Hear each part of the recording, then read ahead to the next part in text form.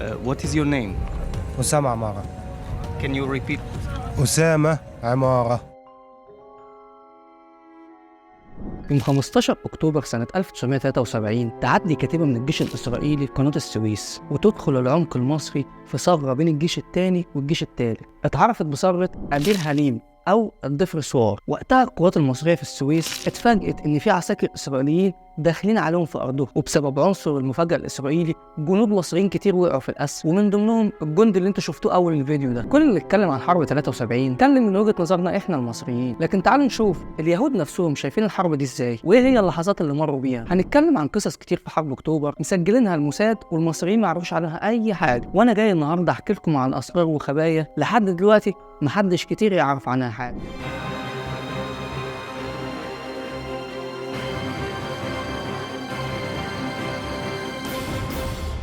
الحكاية بدأت من شهر مايو سنة 1973، وبالتحديد في العيد ال25 لدولة إسرائيل. كانوا بيحتفلوا بعرض عسكري ضخم باسم العرض الحخاماني. الفترة دي الجيش الإسرائيلي كان حاسس بنشوة كبيرة وثقة عالية جدا، وده بسبب حرب ال6 أيام في 67. ما كانوش مصدقين إنهم قدروا ياخدوا سينا بالبساطة دي ومن غير أي خسائر في الأرواح. كانوا فاكرين إن خلاص الجيش المصري اتكسر، لكن بتوصل معلومات للموساد يوم 19 مايو إن الجيش المصري والسوري بيستعدوا للحرب. وقتها مشير عيال وزير الدفاع عقد اجتماع طارئ مع قيادات الجيش عشان يدرسوا احتمالية الحرب. فيهم اللي قال إن إمكانية دخول الجيش المصري في حرب معانا ما تعديش 10%، لكن الرأي السائد وقتها كانوا بيقولوا إن النسبة دي ممكن توصل ل 30%، ودي نسبة خطر جدا ولازم يستدعوا قوات الاحتياط فورا. وبالفعل تم استدعاء الاحتياط واتصرفت ملايين الدولارات، والاقتصاد الإسرائيلي كان بينزل ببطء لحد ما بدأ يترسخ عندهم إن دي لعبة من الجيش المصري والسوري عشان يدمروا اقتصادهم ويراجعوا القوات. ويجي شهر سبتمبر وتلاحظ الاستخبارات الإسرائيلية عمليات إجلاء موسعة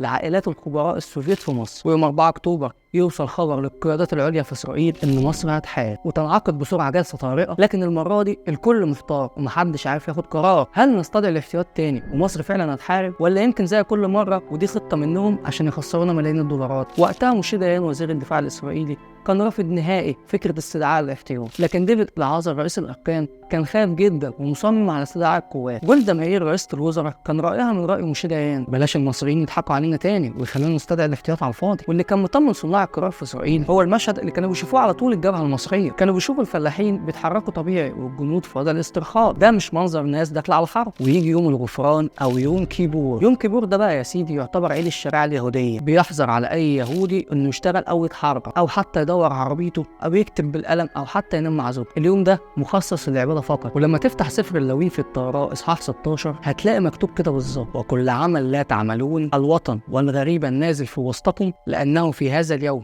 يكفر عنكم لتطهيركم. واليوم ده سنة 1973 كان موافق بالتقويم الميلادي يوم 6 أكتوبر. طبعا المصريين عارفين التاريخ دي كويس قوي، لكن ولا الإسرائيليين ولا حتى الجنود المصريين عارفين ميعاد الحرب. أنا عايز أقول لك إن الجنود المصريين اللي كانوا على الجبهة عرفوا ميعاد الحرب الساعة 1:30، يعني قبل الضربة بتلت ساعة، عشان نيجي للساعة 1:50 دقيقة أجهزة الإنذار تضرب في كل حتة، واللاسلكي الخاص بالجنود الإسرائيليين ما يتقالش فيه غير كلمة واحدة: المصريين فتحوا النار في كل الجبهات.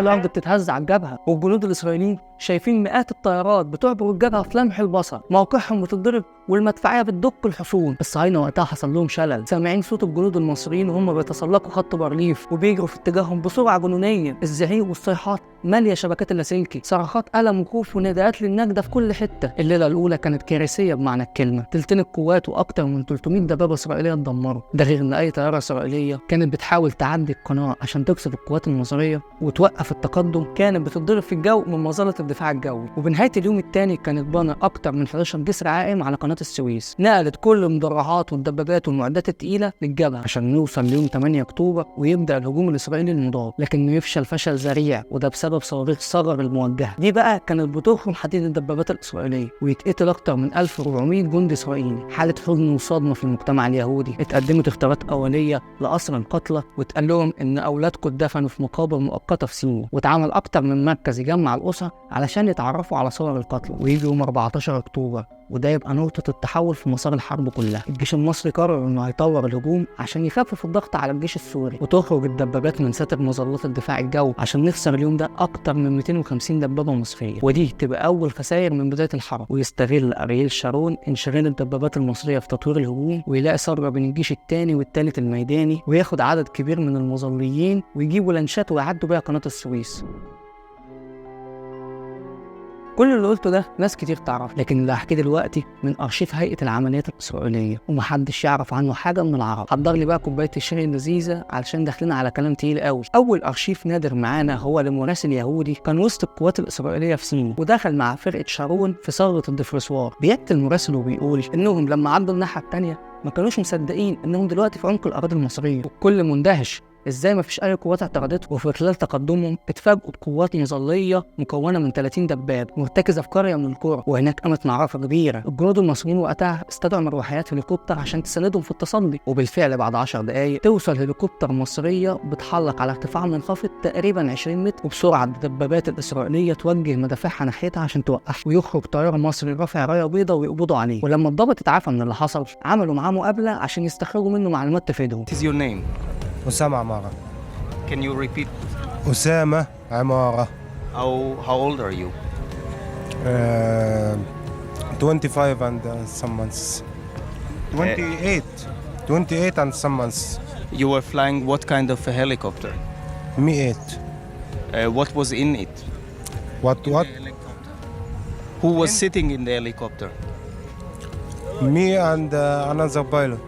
2 pilots. الطيار اسمه أسامة عمارة، عنده 28 سنة، وهو المسؤول عن الهليكوبتر طراز مي 8. ولما سألوه انت كان في قوات معاك من الكوماندوز؟ قال لهم لا، دول جنود عاديين. المراسل بيحكي بعدها وبيقول قعدنا نتقدم في العمق المصري 4 أو 5 كيلو لحد ما وصلنا لقرية تانية، وهناك كان في تجمع صغير للقوات المصرية كانوا متمركزين بجانب جامع القرية. وأول ما شافونا طلعوا على أسطح البيوت عشان يتصدوا لينا، وبدأ الشد والجزم بينا واستمر لوقت طويل لحد ما الضرب وقف، والقوات دي تراجعت وانضمت لقوات مصرية تانية. بعد كام كيلومتر في محاولة تطويق ومحاصرة قواتنا عشان يحاولوا يقطعوا علينا الإمدادات من ورانا. وبيقول إن بعد يومين جات لهم أخبار إن قواتهم في سيناء عملت أضرار في مظلة الدفاع الجوي المصرية، وده اللي سمح بتدفق قوات تانية توصل لهم خلال ساعات ومعاهم تعزيزات ومؤن. واتفاجئ بعدها بإيريل شارون وموشي ديان داخلين عليه في طيارات هليكوبتر جوه العمق المصري. زيارة القادة الإسرائيليين في العمق المصري كان هدفها إعلامي من الدرجة الأولى عشان ينقلوا الصورة كاملة للرأي العام الإسرائيلي، إحنا ما اتهزمناش وحاليا إحنا داخل العمق المصري. وبعد أيام وبالتحديد يوم 20 أكتوبر القوات المصرية تفجر الممر المائي اللي أحدث الصرم، والكوماندوز المصريين